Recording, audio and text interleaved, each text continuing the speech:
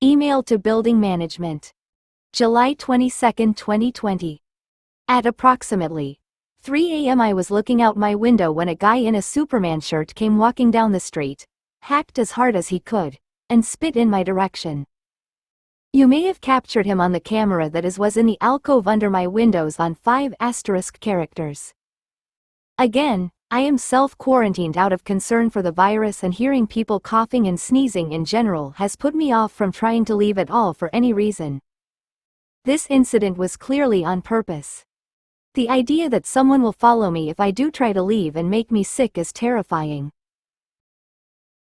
Over the past 50+ days, this apartment has been turned into a kind of torture box, particularly in the form of antagonizing sound from a combination of screaming, sirens, blasts in the middle of the night despite being far from where the protests were taking place, idling vehicles, motorcycles, cars with some kind of issue that makes them extra loud, bass so amplified that you can't even hear any music, garbage trucks, slamming doors, hitting the lid of the garbage cans that mysteriously appeared under my windows, though 2 of the 3 seem to be gone now, which is nice, breaking glass, dogs barking, seemingly on purpose, horns beeping, and other odd and extra loud noises. A lot of things seem to happen deliberately under my windows. I mean, people are walking the length of the block and only speaking when they get right at that point. It happens over and over. Or people across the street shouting to have a regular exchange with each other. It's too much to feel like an organic coincidence. It's worse if I close my curtains and can't see the source of the noise. Last night 2 men sat in a car at the end of the street. Someone broke a glass bottle and said, "That was my mom." These things feel all at once absurd, deliberate, and disturbing. It's some kind of psychological warfare. Oh, and the possibility that the police set the garbage can on fire across the street. Or at least just let it happen. Didn't ask that woman, who I haven't seen since, who set it on fire. I've seen the flyers in the hallway saying we are here at our own risk. Like most other people who live here, I'm sure, being that it's low-income housing after all. I have no money, no way of changing location, and frankly this is my home. I'm not sure how changing location would even help if they are trying to stress out people who are vulnerable or something. I am afraid of what will end up amounting to social murder just because I am poor, but also because of some horrendous discrimination in a city where the progressive were supposed to find sanctuary.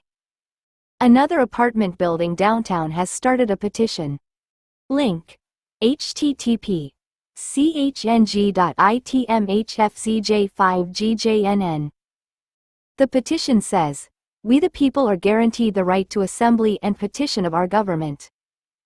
Portlanders have gathered nightly in response to the killings of Black and brown people across the country, including George Floyd, Tony McDade, Breonna Taylor, and in Portland, Aaron Campbell, James Perez, Kendra James, and Jason Washington, among others, in an unending count of lives lost to police brutality. The Portland Police Bureau and now the Department of Homeland Security have continued to act in direct violation of our rights through the use of excessive and increasing force. Their attempts at restoring order with flash grenades, tear gas, and other crowd control munitions consequently are negatively impacting the health and safety of residents in their homes. We need your support in demanding an end to this abuse of power. There appears to be no specific provocations designated as unlawful, as gatherings are declared riots unexpectedly at varying times, followed by indiscriminate use of force. Several extremely loud munitions are deployed while PPB and DHS begin to charge, kettle, throw grenades, shoot pepper balls, and tear gas everyone in sight. Whether protesters or citizens comply, they are all attacked with the same level of brutal force. Due to the undiscerning nature of these actions, residents feel it is unsafe to leave their homes in the evening. Tear gas has been seeping into residential buildings and homes even when windows and doors remain shut. Flash grenades go off with enough force to shake windows and wake residents from their sleep as they are deployed throughout the night. Police sirens and loudspeakers are utilized continuously with no regard to surrounding residential buildings. Protesters and bystanders alike are entangled and injured in the process. This has been the reality nightly for many Portlanders and other U.S. citizens. Add your voice, be heard. Let your city officials and the U.S. government know that we will no longer abide the violation of our peace and civil liberties. This is clearly an issue, not just here, but throughout downtown. I do not believe that protesters are to blame, but the psychologically manipulative tactics being employed to instill fear and deliberately raise tensions in an already stressful time by those who, even more mind-bogglingly, are usually meant to help people. There doesn't really seem to be anyone truly safe to turn to. Please care. Thank you for hearing me out.